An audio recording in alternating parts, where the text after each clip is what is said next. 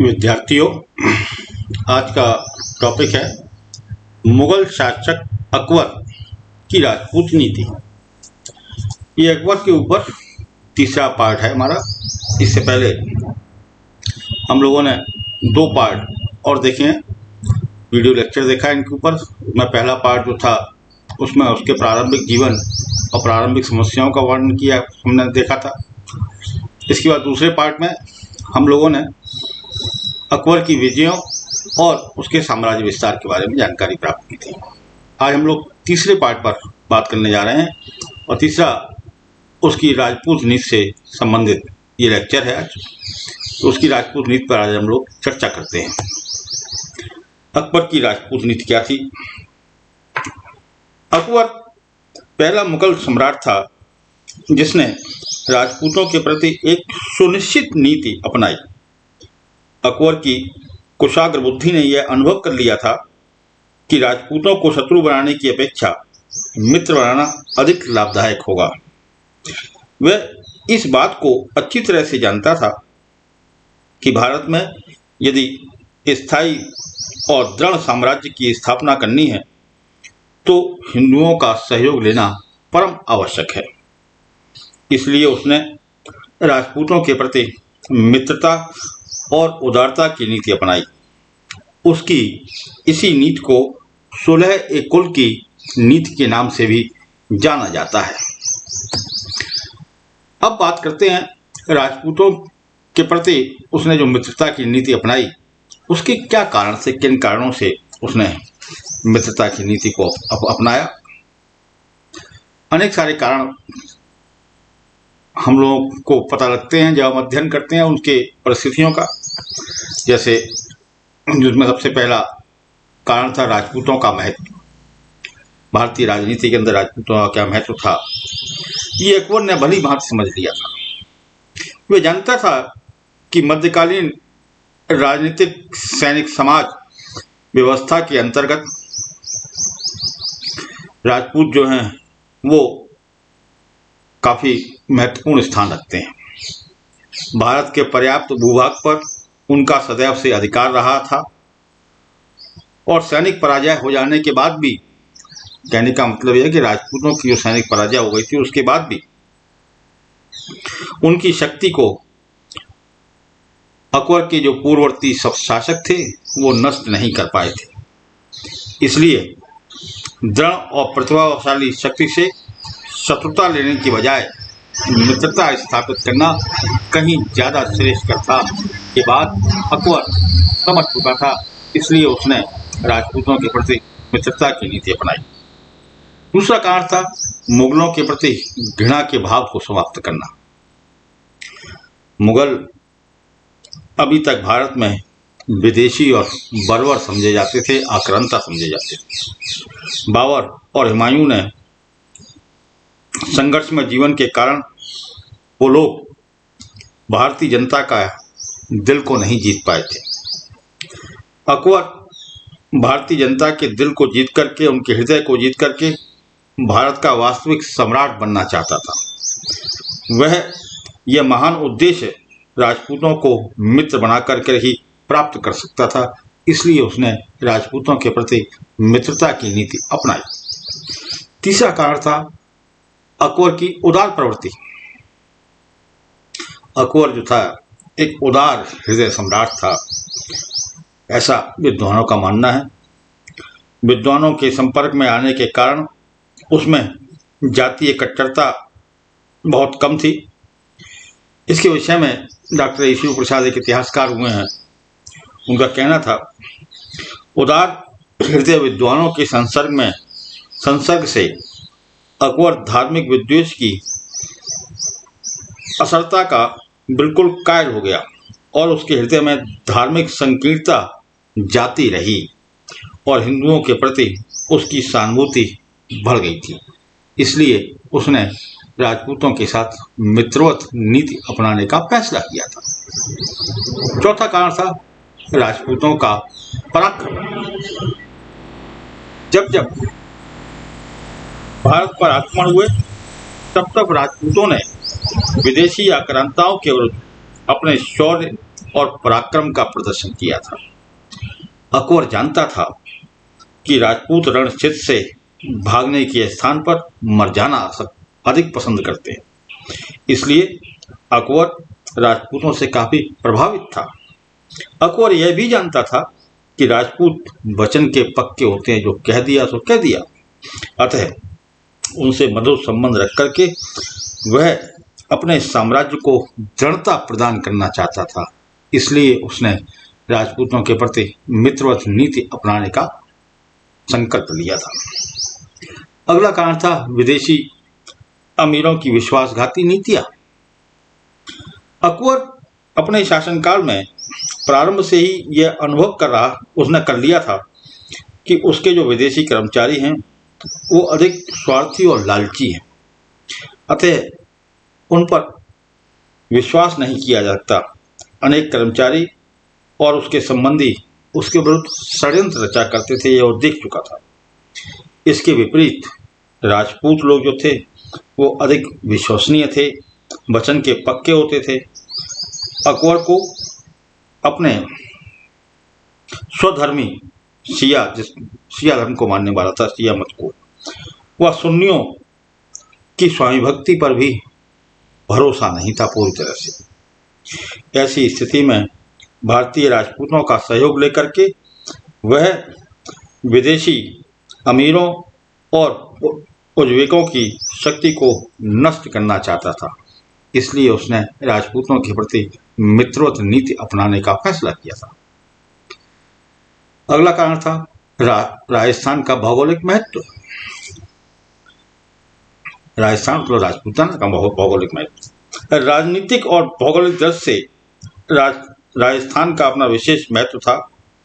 आगरा और दिल्ली मुगल शक्ति के प्रमुख केंद्र हुआ करते थे और ये दोनों केंद्र जो थे वो राजस्थान के निकट थे।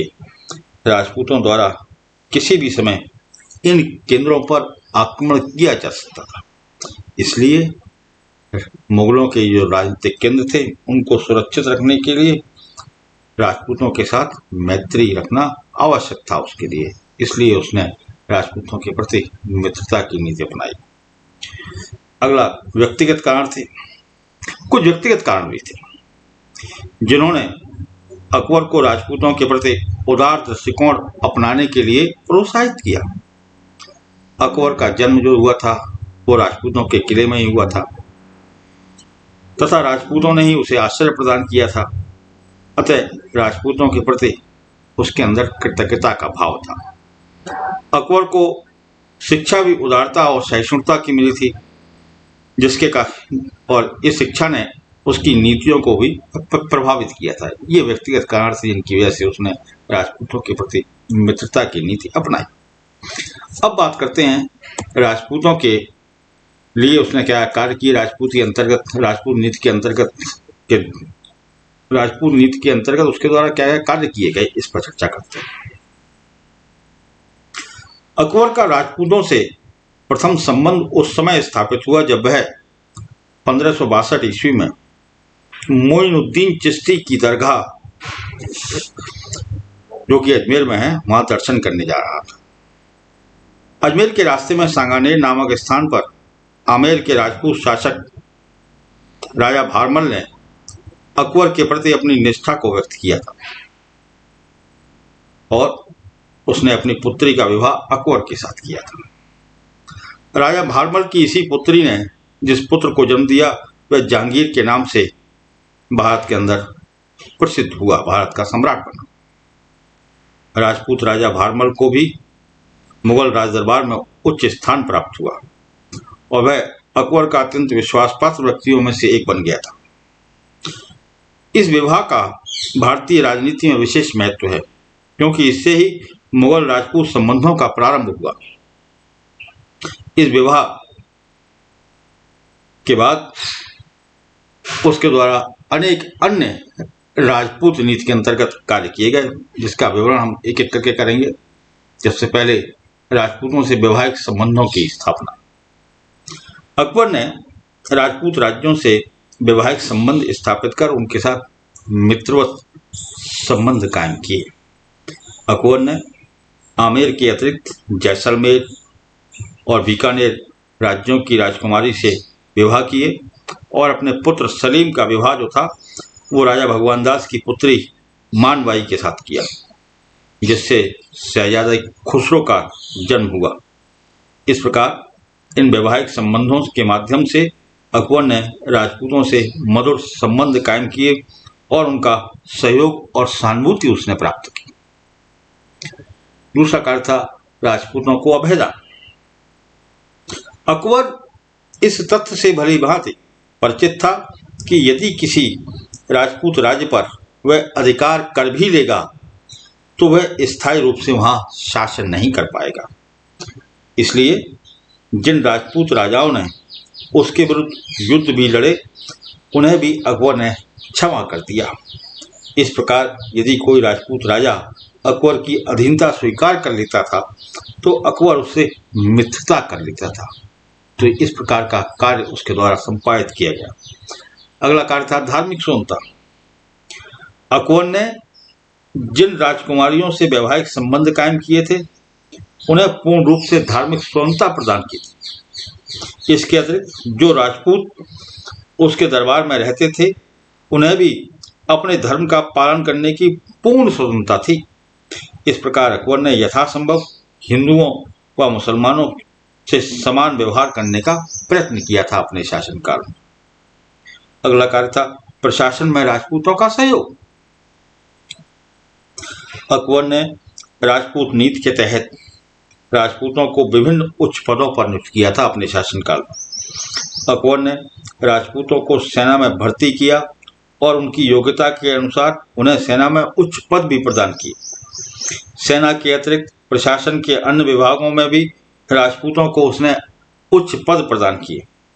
आमेर के राजपूत राजा भारमल अकबर के इतने विश्वास पात्र थे कि अकबर के राजधानी से बाहर जाने पर वे ही प्रशासनिक कार्यों को देखते थे। अकबर ने हिंदू राजा टोडरमल को दीवान अशरफ अर्थात भूमि विभाग का अध्यक्ष का पद उनको प्रदान किया था। इसी प्रकार राजपूत राजा मानसिंह भी अकबर के विश्वासपात्र लोगों में से एक थे। अकबर ने राजा मानसिंह को महाराणा प्रताप के विरुद्ध युद्ध में भेजा था। इसी प्रकार अकबर ने अनेक राजपूतों को अपना प्रांतीय सूबेदार नियुक्त किया था। इस प्रकार अकबर ने राजपूतों से प्रशासनिक व्यवस्था में महत्वपूर्ण सहयोग प्रदान करके राजपूतों का दिल जीतने का प्रयत्न किया था। अगला काम किया उसने दरबार में राजपूतों को सम्मानजनक स्थान देना। सेना और प्रशासन में राजपूतों को महत्वपूर्ण स्थान प्रदान करने के अतिरिक्त अकबर ने राजपूतों को अपने दरबार में भी सम्मानजनक स्थान प्रदान किए। राजा बीरबल, आप सभी लोगों ने नाम सुना होगा राजा बीरबल का। राजा बीरबल अकबर के नवरत्नों में से एक थे। इसके अतिरिक्त अकबर के दरबार में राजपूत अमीरों के प्रबल दल का निर्माण भी किया गया जो मुस्लिम अमीरों पर नियंत्रण रखता था। तो इस प्रकार से उसने राजपूतों को सम्मानजनक स्थान अपने दरबार में प्रदान किया था। अगला काम था राजपूत विरोधी राजपूतों के विरुद्ध कार्रवाई। जो राजपूत अकबर की अधीनता स्वीकार नहीं करते थे वह उनके विरुद्ध कठोर कार्रवाई भी करता था, अर्थात उनके विरुद्ध आक्रामक कार्रवाई की जाती थी। अकबर ने रणथंभौर, मेरठ और चित्तौड़ आदि राज्यों के साथ इसी नीति का पालन किया और विजय प्राप्त की। इसके अतिरिक्त राजपूत राजा महाराणा प्रताप से तो अकबर का जीवन पर्यंत संघर्ष चलता रहा, लेकिन महाराणा प्रताप को पर विजय प्राप्त नहीं कर पाया, महाराणा प्रताप को दबा नहीं पाया। यार अब बात करते हैं राजपूत नीति के परिणामों के बारे में। अकबर की जो राजपूत नीति थी उसका भारतीय राजनीति पर व्यापक असर हुआ। उसके महत्वपूर्ण परिणाम सामने निकल करके आए। अकबर की राजपूत नीति के परिणाम स्वरूप राजपूतों व मुगलों के मध्य सौहार्दपूर्ण संबंध कायम हुए, जिससे राजपूताना को निरंतर युद्धों से मुक्ति मिली और वहां शांति स्थापित हुई। इससे राजपूताना का सामाजिक और आर्थिक विकास हुआ। उसकी राजपूत नीति के परिणाम स्वरूप राजपूताना पर अकबर का आधिपत्य स्थापित हो गया। इससे उत्तर भारत में राजनीतिक एकता की स्थापना। राजपूत नीति से अकबर को बहुत लाभ हुआ। बिना किसी परेशानी व खर्च के राजपूतों की विशाल और शक्तिशाली सेना जो थी वो उसे प्राप्त हुई, जिसका उसने समय समय पर लाभ उठाया।